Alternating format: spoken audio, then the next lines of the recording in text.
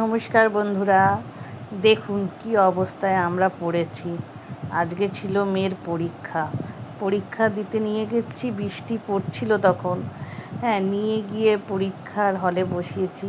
ফেরার পথে কি অবস্থা দেখুন, এত বৃষ্টি হয়েছে যে জল, এত সারা রাস্তার জল, মানে একটুকু শুকনো নেই।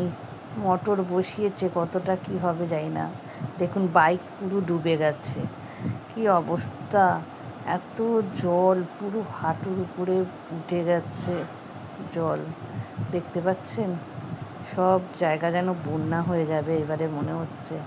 খুব খারাপ অবস্থা রাস্তার জল। দেখুন সব বাড়ির ভিতরে ঢুকে গেছে জল, গ্যারেজে, বাড়ির ভিতরে কতটা করে জল।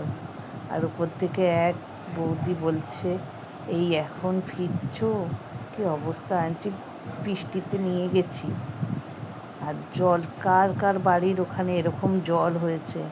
আমাদের এখানে বৃষ্টিতে 1 ঘন্টা বৃষ্টিতে এরকম জল দাঁড়িয়ে গেছে, আর বোঝাই যাচ্ছে না কোথায় রাস্তা কোথায় ড্রেন, কিচ্ছু। দেখুন ওইদিকে একটা মন্দির আছে, মন্দিরেও জল ঢুকে গেছে। আর আমার বাড়ির গলি দেখুন, দেখুন আমার বাড়ির ঘরেও জল ঢুকে গেছে। এখানে এমন হয়, সব জায়গায় জল ঢুকে যায় একটু বৃষ্টি হলেই।